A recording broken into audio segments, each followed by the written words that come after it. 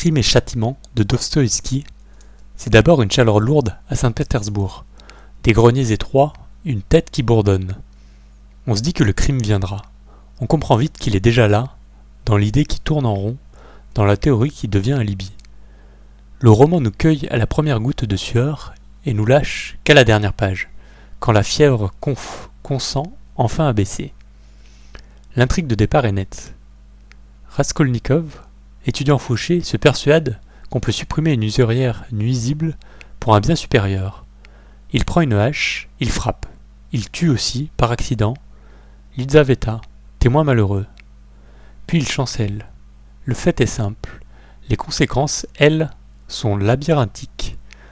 Le roman suit la trace du sang sur le parquet et celle invisible dans la conscience.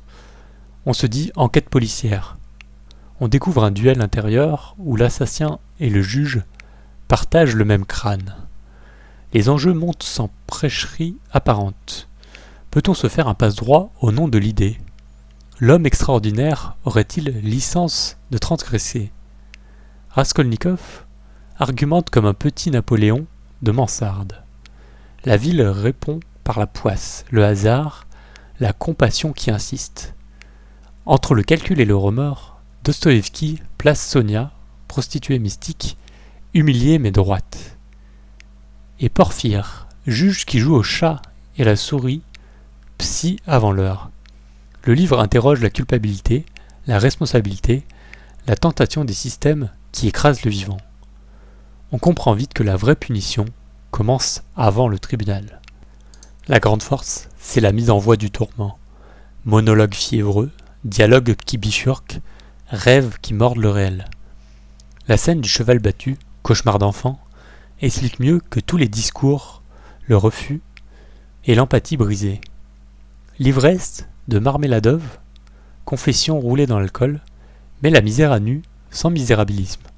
Et c'est face à face avec Porphyre, danse lente où la logique se grippe, où le sourire devient piège. La mécanique narrative est tendue comme un fil. On avance à pas courts, le corps accélère, la tête chauffe. Tout n'est pas parfait cependant.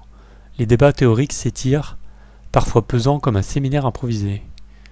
L'ange Sonia et le démon Zvidrigaïlev flirtent avec l'allégorie. Certaines femmes servent de projecteurs moraux plus que de personnages pleins. Le pathos pointe, le hasard arrange un peu trop. Mais la densité psychologique emporte ses réserves. On sort de ces pages lessivées, et pourtant plus lucides. Car le roman ne punit pas par la morale, il punit par l'expérience sensuelle du remords. On pense aux cousins, à Camus bien sûr, pour l'acte nu et la justice qui trébuche. Mais chez Camus, la sécheresse règne. Ici, c'est la moiteur. À Zola, pour la fatalité matérielle.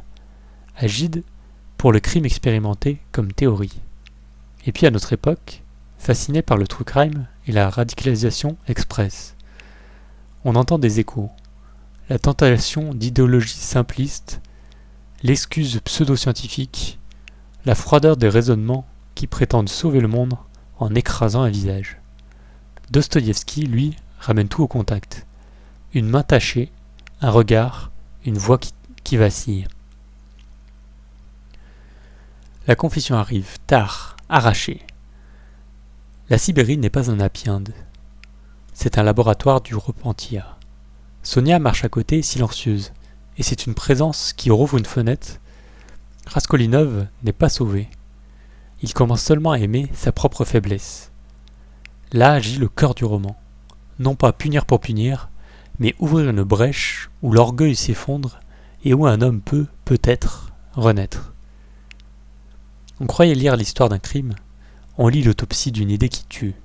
La hache ici n'ouvre pas une porte, elle enfonce un miroir. Et quand on baisse le livre, on n'a plus envie de juger. On a envie de ne plus jamais confondre une théorie brillante avec un cœur qui bat. Retrouvez le lien pour commander le livre en version papier ou audio dans la description.